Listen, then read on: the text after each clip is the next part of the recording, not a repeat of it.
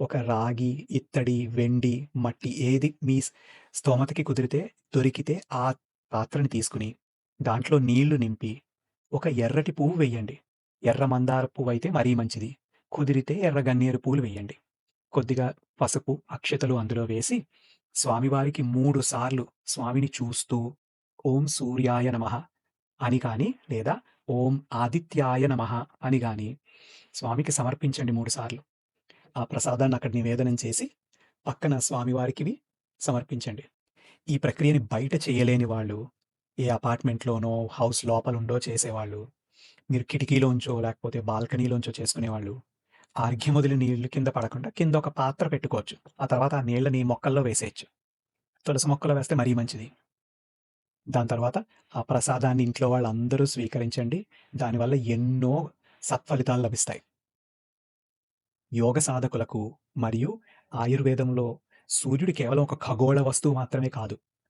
ఆయన సాక్షాత్తు ప్రాణదాత.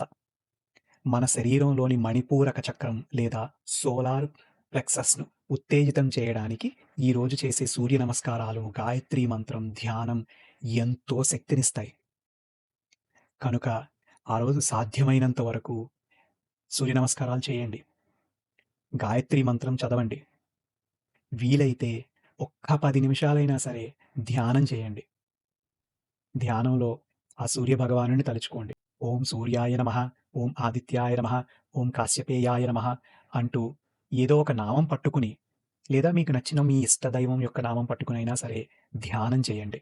ఈ రథసప్తమి రోజున మనలోని అజ్ఞానమనే చీకటిని తొలగించి, జ్ఞానమనే వెలుగును ప్రసాదించమని ఆ సూర్య భగవానుడిని ప్రార్థిద్దాం.